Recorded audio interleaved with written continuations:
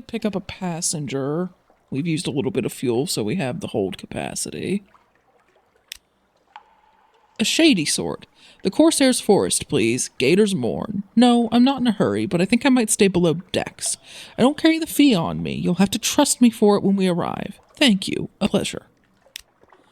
Alright, well, that's not too far from here, so we should be able to just detour there. We could honestly use some more supplies, but we only have one hold capacity. So I'm just going to go with Eat, Drink, Be Merry, because it'll lower terror.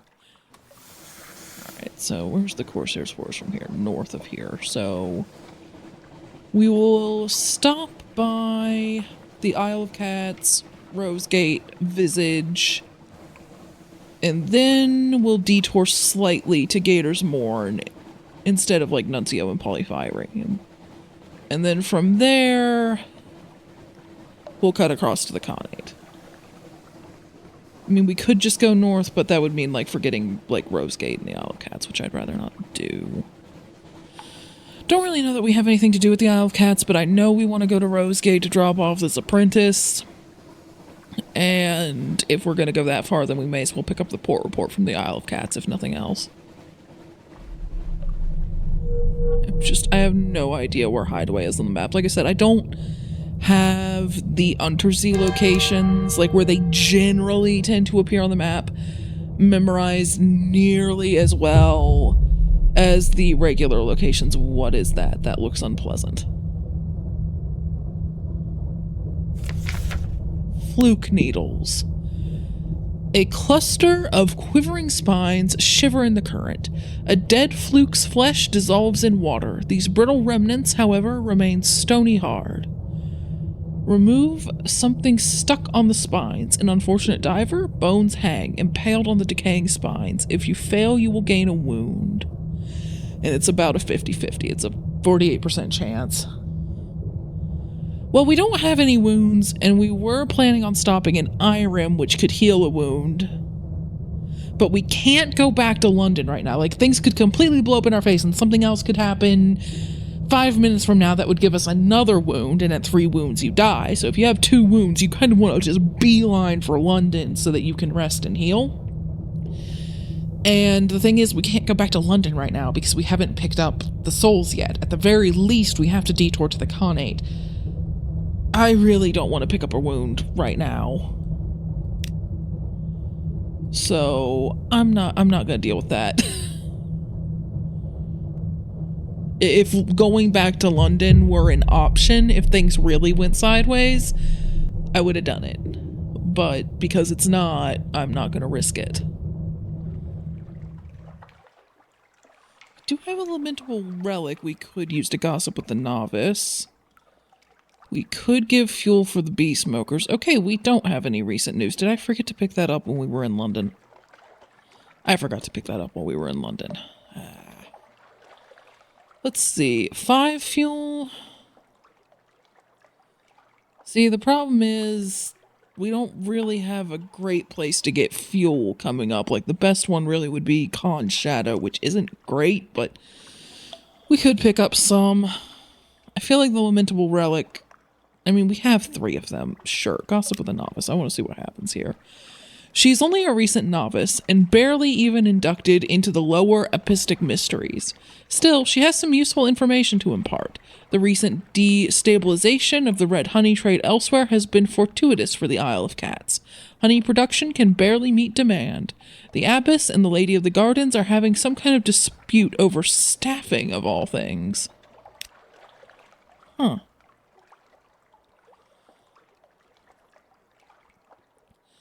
Alright, well, we're gonna give fuel for the bee smokers, because I think that might actually be enough for us to start possibly trading in red honey. I don't know if our veils is really high enough for me to feel super comfortable doing that yet. I mean, 61 isn't terrible, but I would definitely like it to be, like, closer to 70-some. Because if you get caught doing that, it can be really bad.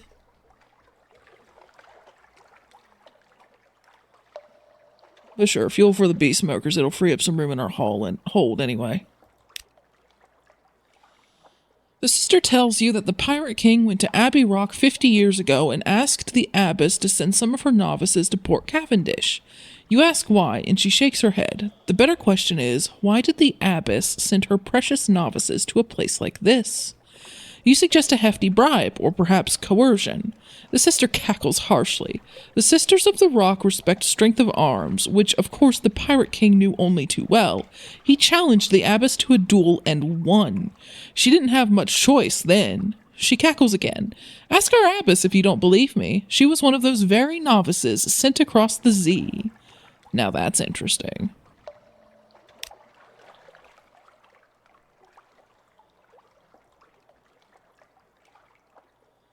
Okay, so we need one more.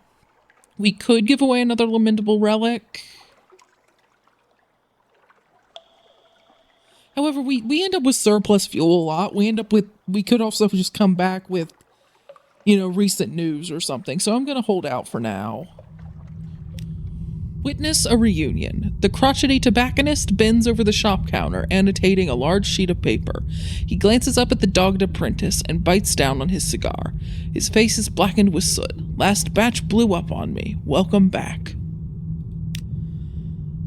The crotchety tobacconist reaches across the counter to shake your hand. Our patron has forsaken us. He's only interested in his project to the south. He left my apprentice to starve, and he hasn't arranged a delivery of the materials I require. I've run out of rubies to try to convince him otherwise, which makes your intervention all the more propitious. He puffs a great ring of smoke into the air above your head. It takes several moments for the halo to disperse. Captain, we're on the verge of a tremendous breakthrough. I'm about to create something beautiful, something noble. A cigar which will burn underwater. I think I've finally found the right mixture. He taps the sheet on his counter. It is covered in incomprehensible scrawling, equations beyond the mathematical. 3 flavors, something robust, something bitter, and something luscious. Once I have them, I can finally complete it. Your Rosegate, the tobacconist's impatience is now won. He won't wait forever. Every second of every minute, hour, day, week, month, year is an agony to him. Okay, so this is on a timer. Cultivating a robust flavor, the taste of kettle steam, to sustain. Cultivating a bitter flavor, the taste of mild coffee, to ignite the mind. Cultivating a luscious flavor, the taste of a stale pastry, to burn. Okay. The creation of a cigar. The crotchety tobacconist has a dream, to create a cigar that can be smoked underwater. With your help, it might come true. Okay. Bitter, luscious, robust, 3 flavors. The crotchety tobacconist mutters to himself while fussing with his notes. Occasionally, he glances over his shoulder to the stairs running up one side of his shop. They ascend to a room marked workshop. Laboring for the robust flavor. The crotchety tobacconist glowers at the rumbling crate. We'll need to shift the, I assume, bloody thing up the stairs. Help us get it up there, won't you? Yeah, iron quality gives a 100% chance of success, so... One labored step at a time, the 3 of you carry the crate up the stairs. The apprentice takes heavy breaths. The tobacconist swears so often you're uncertain if he breathes at all. Eventually, you make it into the workshop and chain the cargo into the corner. You unfinished... something, uncouth. The tobacconist huffs, stretching his back. We got you now.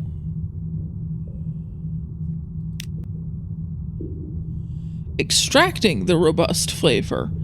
Delicate workshop tools won't do for flavor like this, the crotchety tobacconist says. I'll need some new ones. Can you bring some particularly sturdy materials?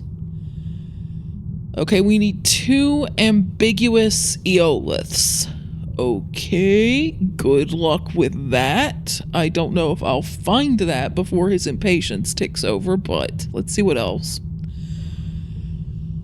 Stoking inspiration for the luscious flavor. The crotchety tobacconist is polishing an already gleaming case. The flavor must be something that'll make knees weak and hearts flutter. With 3 romantic literature. Not approved romantic literature, just I believe the uncensored variety. So I don't think we can just buy that at London. I'm not sure where we're going to get that. Some solemn wait for the bitter flavor. The dogged apprentice sits by a hearth, perusing his journal. The master wants this cigar to have a certain weightiness, wants to make it something that'll stick with you. Do you have anything that might work? Yeah, we have an unread log, which I guess is what we need for this, and Page's quality gives us a 100% chance of success, so on we go. The dogged apprentice flicks through the book you hand him. It isn't long before he closes the book with a grin. This is exactly what we were hoping for, Captain. Tragic and hopeless. This should prove potent indeed. Thank you. Okay.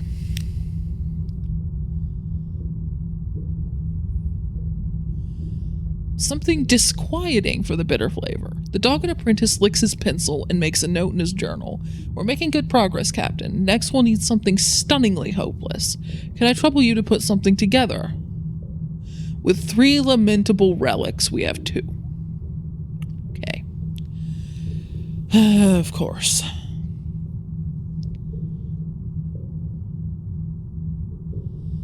So we need lamentable relics, ambiguous eoliths, and romantic literature. I'll double check what you can buy in London, but I'm pretty sure that's approved romantic literature, which is a different item, so I'm not sure where we'll get the uncensored stuff. We'll have to look around.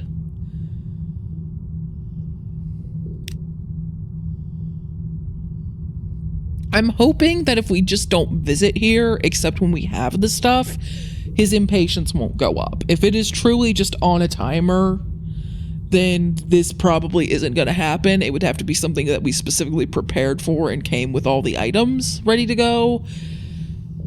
So we'll do what we can. It depends on how it works.